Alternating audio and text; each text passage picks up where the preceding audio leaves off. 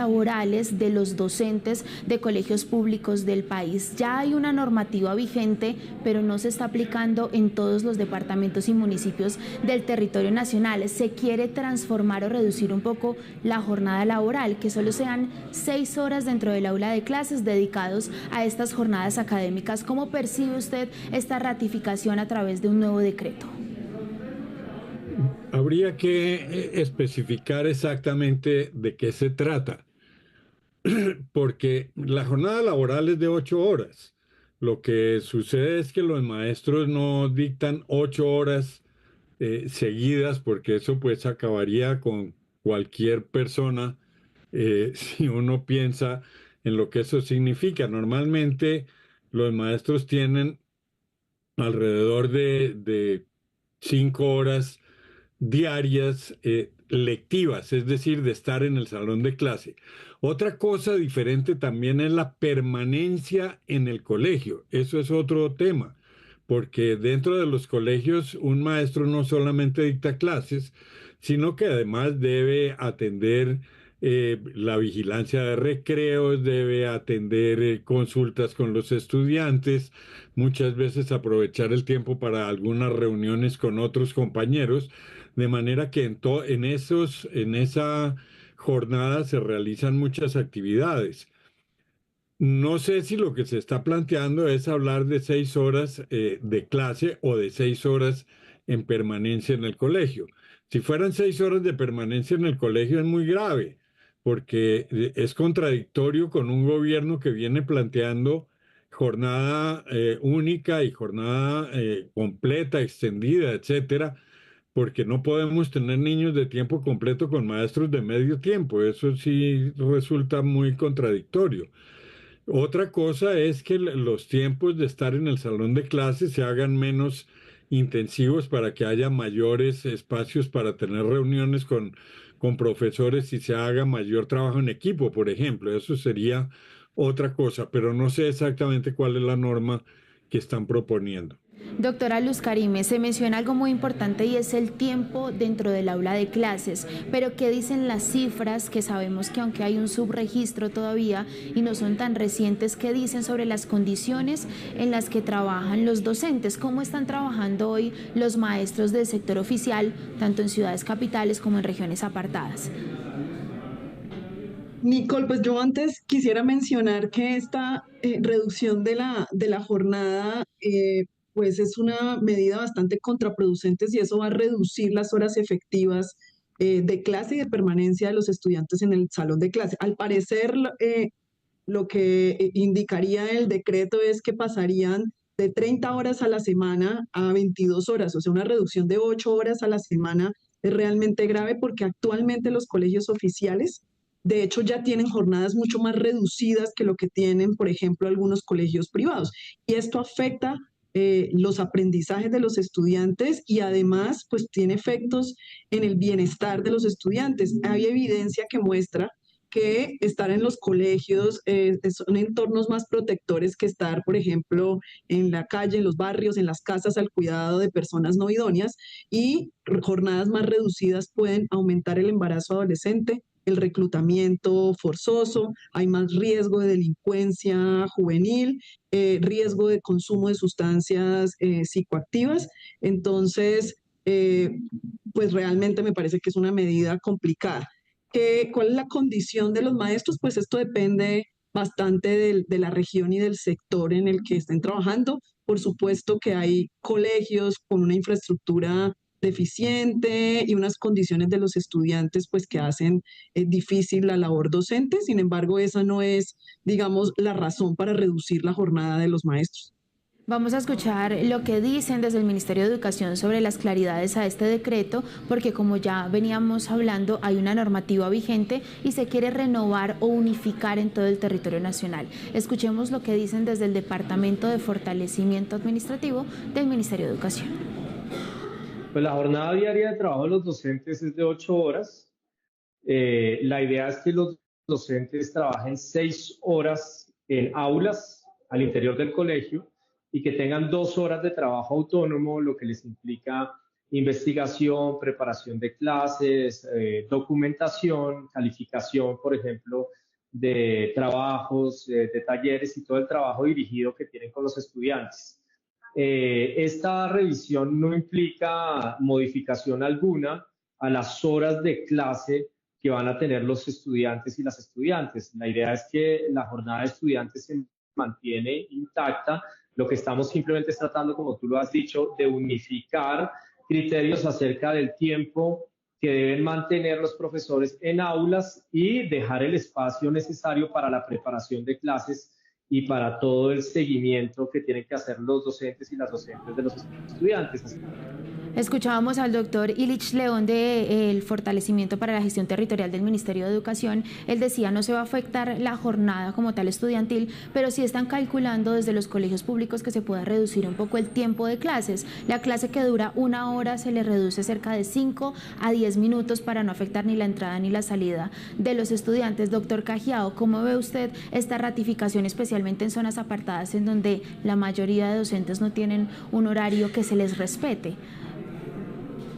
Sí, por un lado hay eso, pero por el otro lado también hay que tener en cuenta que en muchas regiones apartadas se presentan circunstancias muy complejas de clima, de problemas de orden público, de diversas situaciones que hacen que los niños muchas veces pierdan también días completos de clase y es inevitable. Si a todo esto se añade que se reduce la jornada, porque hasta donde entiendo se trata de que el maestro permanezca 6 horas en el colegio y se vaya y las otras 2 horas las haga por fuera, lo cual no resulta necesariamente cierto. Muchos maestros lo hacen porque es su única ocupación, pero si se van del colegio, pues también terminan dedicando esas 2 horas a sus actividades domésticas.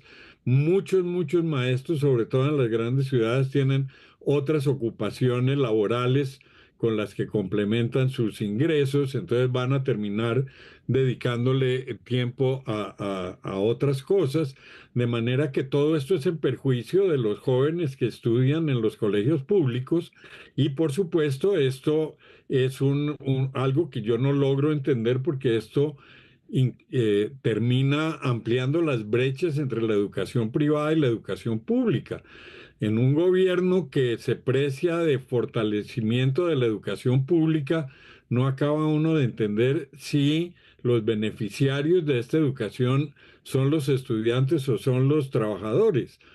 Yo creo que evidentemente los maestros requieren el tiempo para preparación de clases, el tiempo para corregir y asesorar, pero yo creo que esto en la jornada de 8 horas, con un promedio de 4 horas diarias, 5 horas diarias lectivas, pues es suficiente. Y eso es lo que la norma establece hoy por hoy. Pero yo no estaría tan de acuerdo en que esto lo hagan yéndose para su casa. Sí.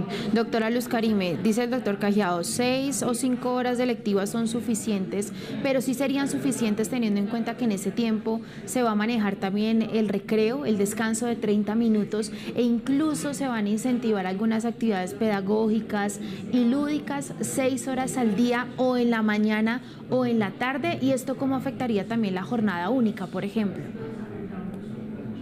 Pues con jornada única sería insostenible porque realmente la jornada única requiere al menos 7 horas, pues en donde los niños están en el colegio. Por supuesto que no siempre son horas en clase efectivas porque al colegio pues se va también a adquirir habilidades, a socializar, a recreación, entre otras actividades.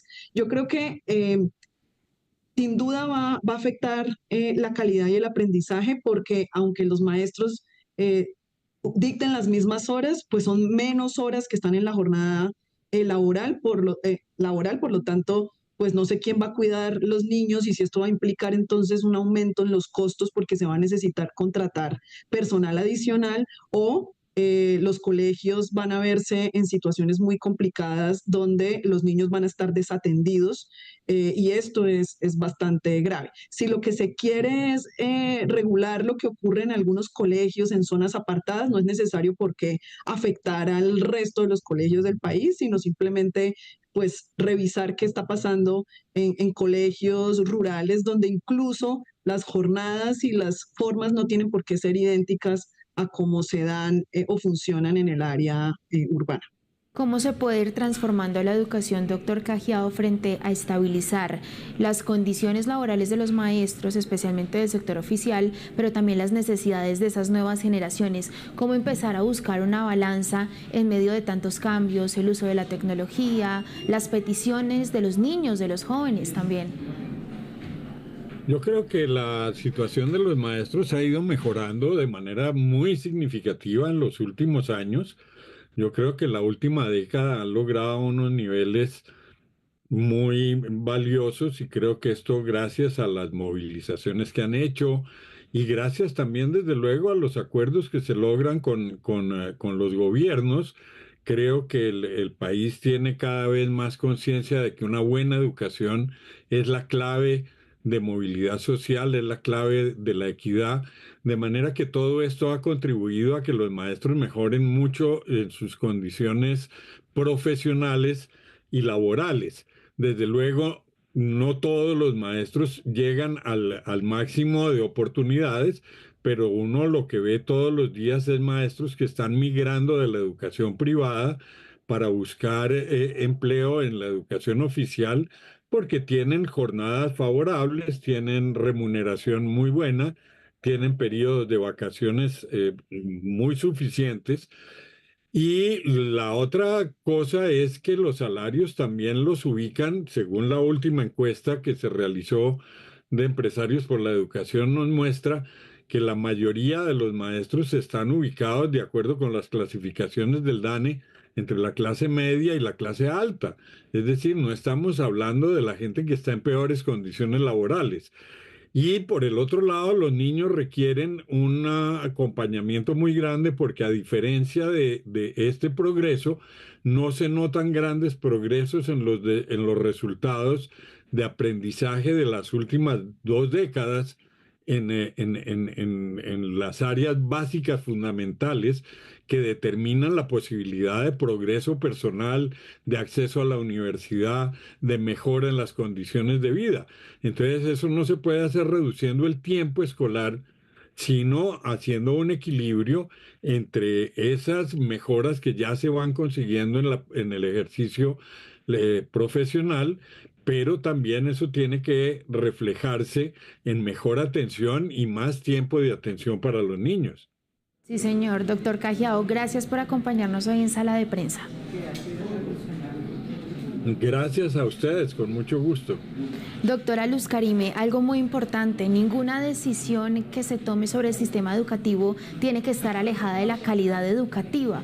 ¿Cómo buscar ese balance para que no se pierda el foco sobre el aprendizaje que está teniendo el niño, para que ese joven que salga de bachillerato realmente le aporte al sector productivo y se aporte a sí mismo? ¿Cómo hacerlo? Pues Nicole, yo creo que no reduciendo la jornada escolar, por supuesto que se necesitan inversiones adicionales, ojalá digamos aumentando el número de colegios oficiales que tienen jornada extendida, jornada única, porque está demostrado que esos colegios pues tienen unas condiciones de calidad mucho más favorables para los niños, niñas y adolescentes o jóvenes en Colombia. Por supuesto que se necesita seguir incluso teniendo inversiones de más docentes en algunos colegios donde hay ausentismo, donde a veces pasan todo el año sin un docente de matemáticas o un docente de inglés, sobre todo en ciertas zonas apartadas. Y esto, claro, puede hacer que te cargue ese ausentismo en otros maestros que están en el aula. Y ese sí es el tipo de cosas que hay que empezar a corregir. Pero insisto, por el contrario de reducir la jornada, deberíamos ir hacia buscar los recursos y las formas de tener unas jornadas únicas y no medias jornadas como tienen la mayoría de los colegios públicos en Colombia. Por su análisis, hay que evaluar entonces cómo lo estamos distribuyendo el tiempo para educar a estos niños, jornada única, jornada en la mañana o en la tarde, y sin duda esperar a ver qué pasa con este decreto. Gracias por acompañarnos hoy en Sala de Prensa. Gracias por la invitación. Días se presentaron nuevas cifras sobre esas condiciones en las que están estudiando, bajo qué condiciones de infraestructura, de dotación de tecnología están las aulas escolares en el país, y por eso a esta hora nos acompaña el doctor Daniel Tobón. Él es el director de Wellbeing Colombia. Bienvenido a Sala de Prensa. Buenas tardes, Nicole, un gusto estar aquí contigo. Doctor, hablemos un poco sobre lo que ha representado estas cifras para Colombia. ¿Qué dicen? ¿Cómo estamos en materia de infraestructura? ¿Bajo qué condiciones se cumplen esas jornadas de 8 horas dentro de los colegios? Bueno, muchas gracias, Nicole. Pues entendemos, según el último estudio que hemos hecho entre Wellbeing y el Laboratorio de Economía de la Educación de la Javeriana, hemos encontrado que los colegios en promedio cumplen con el 56% de las prácticas recomendadas y los estándares recomendados para promover el bienestar de las comunidades educativas, tanto estudiantes como docentes. En algunos territorios esto aumenta, digamos en Bogotá el cumplimiento en Medellín es superior al 60-61%, pero tenemos unos territorios donde está por debajo del 50% del cumplimiento de estas condiciones. Esto viene con retos relacionados con la infraestructura, retos relacionados con las políticas, con los entornos compartidos, porque los colegios no es solo lo que pasa dentro de unas paredes o dentro de un salón de clase. Realmente vemos que los colegios están inmersos en una sociedad en donde pueden haber riesgos ambientales, riesgos sociales y de diferente índole que afectan por supuesto, la capacidad de docentes y estudiantes de llegar al entorno escolar, de permanecer allí y de alcanzar su máximo potencial mientras están en los entornos educativos. Doctor, ¿cómo perciben los niños y los jóvenes de esta nueva generación ese entorno educativo? ¿Sigue existiendo esa misma fidelidad con educarse o ya no quisieran estar tanto dentro de un entorno así como el que usted menciona? Las 4 paredes, el salón de clases, el docente y sus compañeros. ¿Cómo se ha venido transformando ese concepto?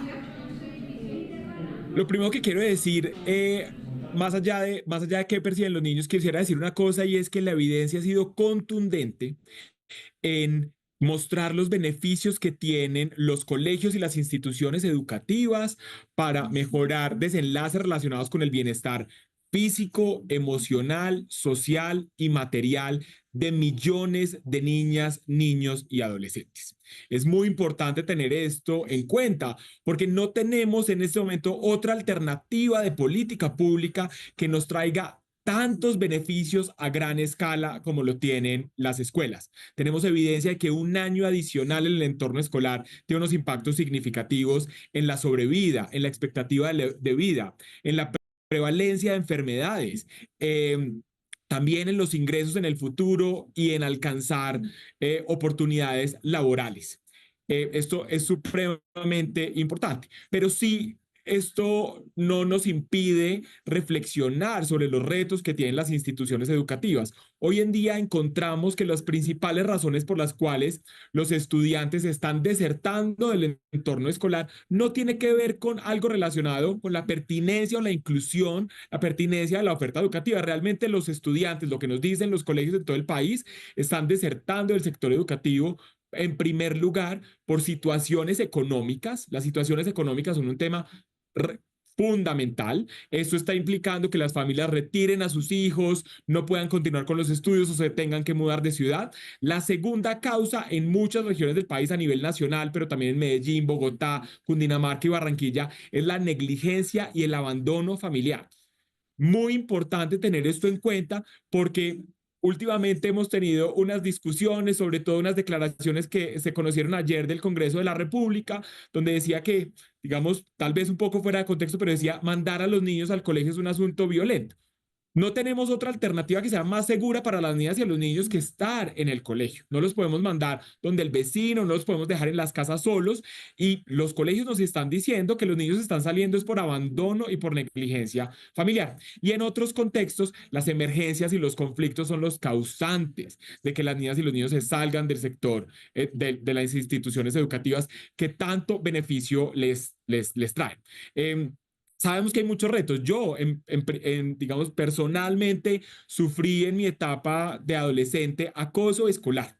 Eso tuvo afectaciones en mi salud mental, pero definitivamente estar en el colegio me brinda otras o me brindó muchos otros beneficios y protecciones. No estoy justificando en lo absoluto. Eso significa que nos tenemos que repensar como la escuela es ese entorno más protector, pero definitivamente el colegio es un entorno que nos genera muchísimos beneficios a cada persona, a cada familia y a nosotros como sociedad.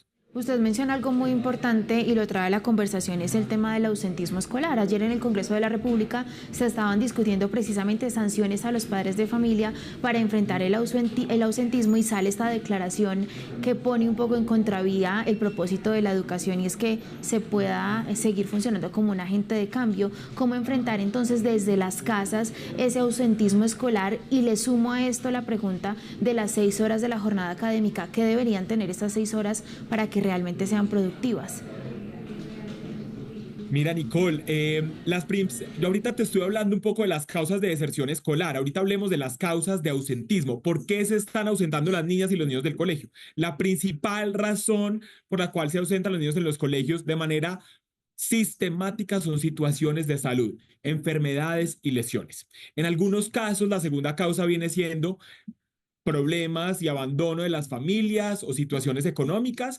Y estas son las que compiten, estas son las principales causas por las cuales las niñas y los niños faltan al colegio. Yo creo definitivamente que no deberíamos imponer sanciones económicas para las familias, aunque sí debería haber un incentivo tanto a las familias como a los colegios, a las instituciones educativas por reducir el ausentismo. Y podemos generar una serie de incentivos económicos y de otra índole para tratar de disminuir el ausentismo escolar. Te voy a traer una cifra muy interesante y es que en Estados Unidos, en California particularmente, los colegios públicos pierden más de 270 millones de dólares al año en financiamiento para la operación escolar por ausentismo asociado al bullying. Infortunadamente, en Colombia no tenemos este tipo de estudios, este tipo de cifras, pero incentivos económicos como esto hacen que escuela, familia, Estado y sociedad trabajemos en conjunto para disminuir el ausentismo de las niñas y los niños. ¿Y esto qué implica?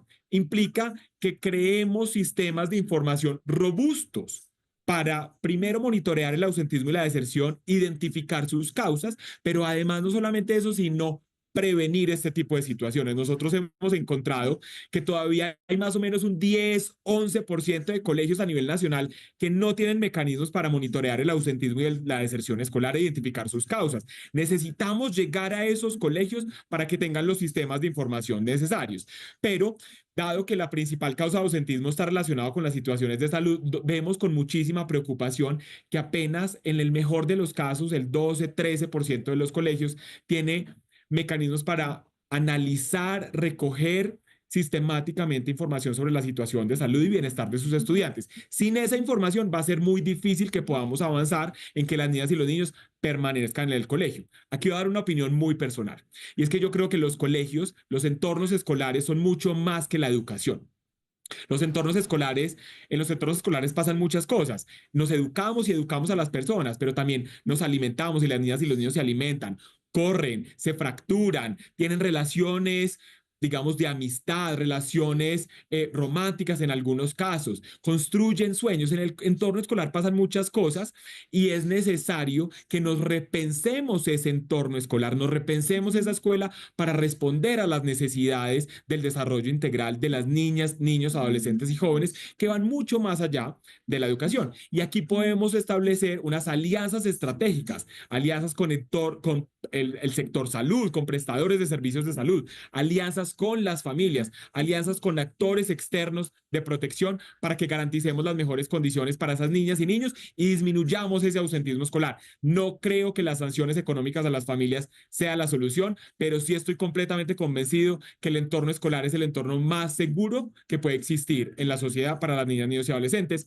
sin implicar que no tenga retos. Sí, y lo veíamos y ya para terminar, doctor, en esta historia maravillosa que nos trajo nuestro compañero Jairo Niño en el departamento de Boyacá, el valor que tiene el hecho de ser docente. Una sola docente para dos hermanitos que motivados iban a la escuela. ¿Cómo no perder esa vocación y ese valor de la educación? Incluso lo demuestran más las regiones rurales que las ciudades grandes, las ciudades capitales.